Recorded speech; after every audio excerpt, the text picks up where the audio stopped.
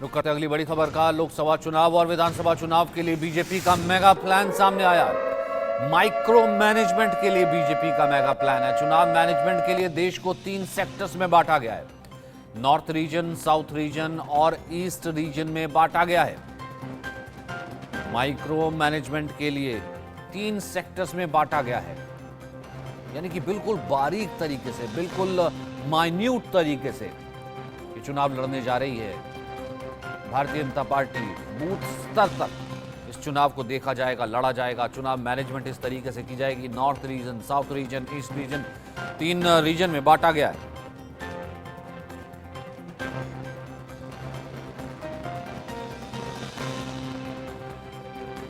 North region, south region, east region में बांटा गया है। और ये माइक्रो मैनेजमेंट का प्लान है। कल हमने देखा था कि पीएम के आवास पर किस तरीके से बैठक भी हुई थी, जिसमें जेपी नड्डा भी मौजूद थे, अमित शाह भी मौजूद थे। और इस बैठक के बाद ही, क्योंकि लगातार बैठकों का दौर जारी है, और इस बैठक के बाद ही ये योजना बनाई गई है माइक्रो मैनेजमेंट।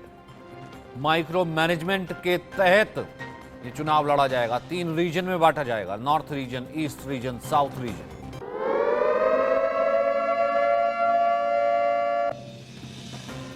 तो वहीं 2024 के लिए तैयार हो गया है बीजेपी का मेगा प्लान। 6, 7 और 8 जुलाई को अलग अलग हिस्सों में नेताओं की बैठक होनी है।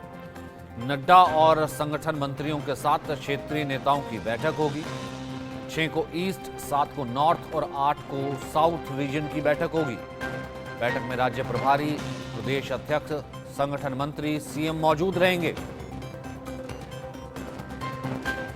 तो अभी से ही, जो कि 5 राज्यों में चुनाव हैं, और उसके बाद जो 2024 की तैयारी, उसको लेकर के कमर कसी जा चुकी है, या फिर यूं कहें कि मैदान पर उतर चुकी है भारतीय जनता पार्टी। लोकसभा चुनाव से पहले बीजेपी की यह बड़ी एक्सरसाइज है। 6 जुलाई को ईस्ट रीजन की बैठक गुवाहाटी में होगी। तो तमाम रीजन्स में बांटा गया। नॉर्थ रीजन की बैठक 7 जुलाई को होगी। 8 जुलाई को साउथ रीजन की बैठक होगी, ये हैदराबाद में होगी। जो साउथ रीजन की बैठक है वो हैदराबाद में होगी, और जो ईस्ट रीजन की बैठक है वो गुवाहाटी में होने वाली है। महिमा इस वक्त हमारे साथ मौजूद हैं, और राकेश भी हमारे साथ मौजूद हैं, हमारे एग्जीक्यूटिव एडिटर। महिमा, सबसे पहले मैं आपका रुख करना चाहूँगा, इस वक्त किस तरीके की हलचल है? लगातार हमने देखा है कि बैठकों का दौर जारी था, और क्या अंदाज़ा लगाया जाए, कल जो बैठक हुई है प्रधानमंत्री के आवास पर, जिसमें अमित शाह भी मौजूद थे, जेपी नड्डा भी मौजूद थे, इसी माइक्रो मैनेजमेंट की तैयारी की गई, और इसी माइक्रो मैनेजमेंट को लेकर के जो है वो रूपरेखा तैयार की गई? सचिन, देखिए, 2 चीजें यहाँ पर बहुत स्पष्ट तरीके से समझनी बहुत जरूरी है कि किस तरीके से एक तो बैठकों का जो दौर है वो लगातार जारी है। अब 2024 को लेकर आगामी जो विधानसभा चुनाव होने वाले हैं उसको लेकर जो बैठक का दौर है वो लगातार जारी है।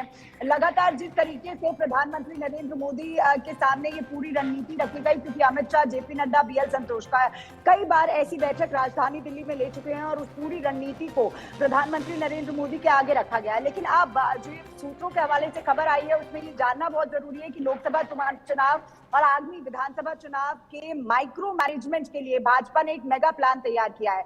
अब वो प्लान क्या है कि भाजपा ने पहली बार पार्टी के कामकाज को सरल बनाने के लिए देश भर को 3 सेक्टर में बांटा है, यानी 3 रीजन में बांटा गया है। 3 रीजन कौन से हैं? नॉर्थ, साउथ, ईस्ट रीजन है।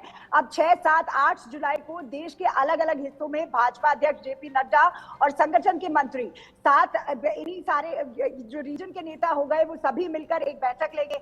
अब 6 को जिस तरीके से आपने बताया कि ईस्ट रीजन में होगा, 7 को नॉर्थ रीजन में होगा, 8 को साउथ रीजन में ये बैठक होगी। लोकसभा चुनाव से पहले भाजपा का ये एक बड़ी एक्सरसाइज होगी कि किस तरीके से, क्योंकि बैठक के दौरान तमाम चीजें निकल के आती है, लोगों तक किस तरीके से पहुंचना है वो निकल के आता है। लेकिन समझना बहुत जरूरी है और दर्शकों को बताना बहुत जरूरी है कि किस तरीके से 6 जुलाई को जब ईस्ट रीजन की जो बैठक होगी वो होगी गुवाहाटी में। अब राज्य इसमें कौन से आएंगे? बिहार, झारखंड, ओडिशा, पश्चिम बंगाल, असम, असम, सिक्किम, अरुणाचल प्रदेश, नागालैंड, मणिपुर, मिजोरम, मेघालय, त्रिपुरा। ये तो हो गए 6 जुलाई को जो ईस्ट रीजन की बैठक है, उसके अंदर जो गुवाहाटी में बैठक होने वाली है, इन राज्यों पे चर्चा होगी। अब 7 जुलाई की बात करते हैं सचिन की। 7 जुलाई को नॉर्थ रीजन की जो बैठक है वो कहां पे होगी? वो राजधानी दिल्ली में होगी। राजधानी दिल्ली में किन राज्यों पे चर्चा हो सकती है? जम्मू कश्मीर पे होगी, लद्दाख पे होगी, हिमाचल प्रदेश हो गया, पंजाब हो गया, चंडीगढ़ हो गया, राजस्थान हो गया, गुजरात हो गया, दमन दीव हो गया, मध्य प्रदेश हो गया, छत्तीसगढ़ हो गया, उत्तर प्रदेश हो गया, उत्तराखंड हो गया, दिल्ली हो गया, हरियाणा हो गया। तो ये सारे नॉर्थ के रीजन आ गए जिसकी बैठक राजधानी दिल्ली में होने वाली है। अगर 8 जुलाई की बात करते हैं तो 8 को साउथ रीजन की बैठक हैदराबाद में होने वाली है। अब इनमें कौन से राज्य कवर होंगे?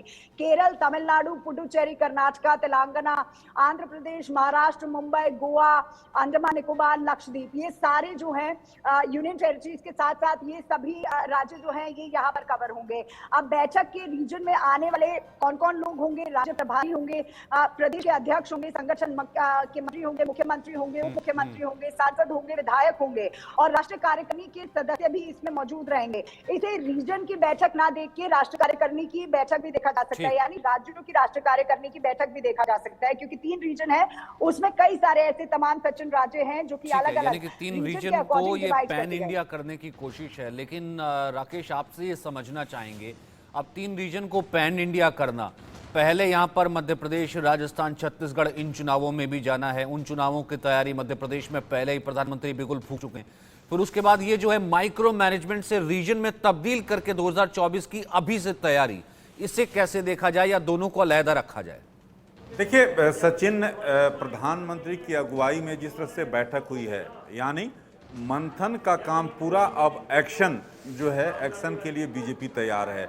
महिमा ने विस्तृत रूप से बताया कि आखिरकार क्या करने जा रही, 6 और 7 और 8 को किस तरह से जो है 3 सेक्टर में बांटकर जो वहाँ के जो प्रभारी हैं, वहाँ के जो मुख्यमंत्री हैं, वहाँ के सांसद, वहाँ के जो राष्ट्रीय पदाधिकारी हैं, वो इस बैठक में हिस्सा लेंगे।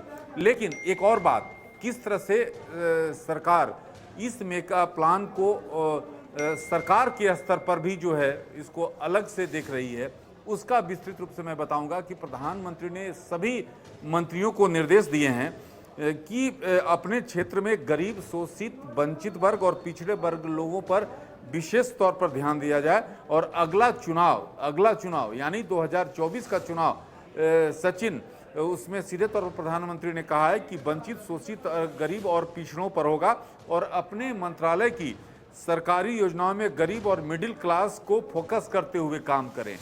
साथ ही प्रधानमंत्री ने मंत्रियों को साफ तौर पर निर्देश दिया है कि अपने संसदीय क्षेत्र में पिछड़े वर्गों को फोकस करते हुए काम करिए और कैसे उनका जीवन में आमूलचूल परिवर्तन हो सकता है, इसको मुख्य फोकस करना है। तो एक तरफ आपने देखा कि संगठन के स्तर पर, दूसरी तरफ सरकार के स्तर पर जो बीजेपी का जो मेगा प्लान है, प्रधानमंत्री का जो नेतृत्व में जो कल देर शाम जो मंथन हुआ था, अब जो है बीजेपी पूरी एक्शन में दिख रही है और इसका असर जिस तरह से 2024 में अभी आप देख रहे हैं विपक्षी दल में अभी गोलबंदी की तैयारी, लेकिन यहाँ पर पूरी तौर पर एक्शन प्लान तैयार। सचिन, जाहिर सी बात है, यहाँ पर एक तरफ गुटबंदी की अभी सिर्फ तैयारी हो रही है कि अगली बैठक जो है शिमला में होगी, यहाँ पर एक्शन प्लान भी तैयार हो गया है। महिमा, एक्शन प्लान अगर तैयार हो गया है, वंचित, शोषित और पिछड़ों पर चुनाव होगा, प्रधानमंत्री ये कह रहे हैं, जिसका जिक्र राकेश कर रहे हैं, तो इसका मतलब ये है कि अब एग्जीक्यूशन तक बात पहुंच गई। अब सिर्फ बात ये नहीं है कि प्लानिंग चल रही है 2024 की, now it's time for action.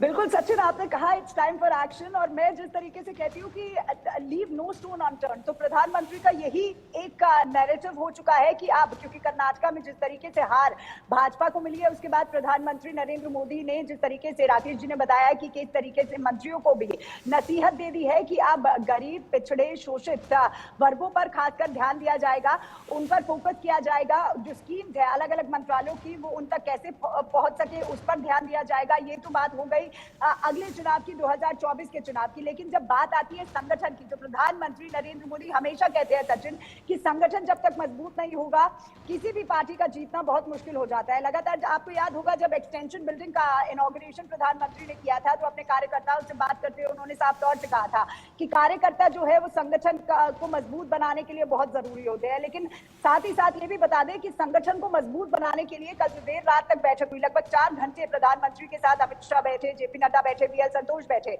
RSS के भी मेंबर्स उसमें मौजूद थे, क्योंकि संगठन की जब बात आती है तो सबके सुझाव लिए जाते हैं। अब संगठन में भी फेरबदल भाजपा कर सकती है, क्योंकि मजबूत बनाना है तो फेरबदल करेगी। मंत्रालय से कई मंत्रियों को संगठन में शामिल किया जा सकता है, यानी कई ऐसे मंत्री होंगे जो कि संगठन में पहले काम कर चुके हैं, उनको वापस से संगठन में लाया जाएगा, लोगों तक पहुंचाया जाएगा कि किस तरीके से अब जो पॉलिसीज चल रही है, भाजपा की जो 9 साल की पॉलिसीज है उसका जो प्रोग्राम है वो एक अलग तरीके से चल रहा है, और उसके बाद भी 2024 में किस तरीके से लोगों तक पहुंचा जाए।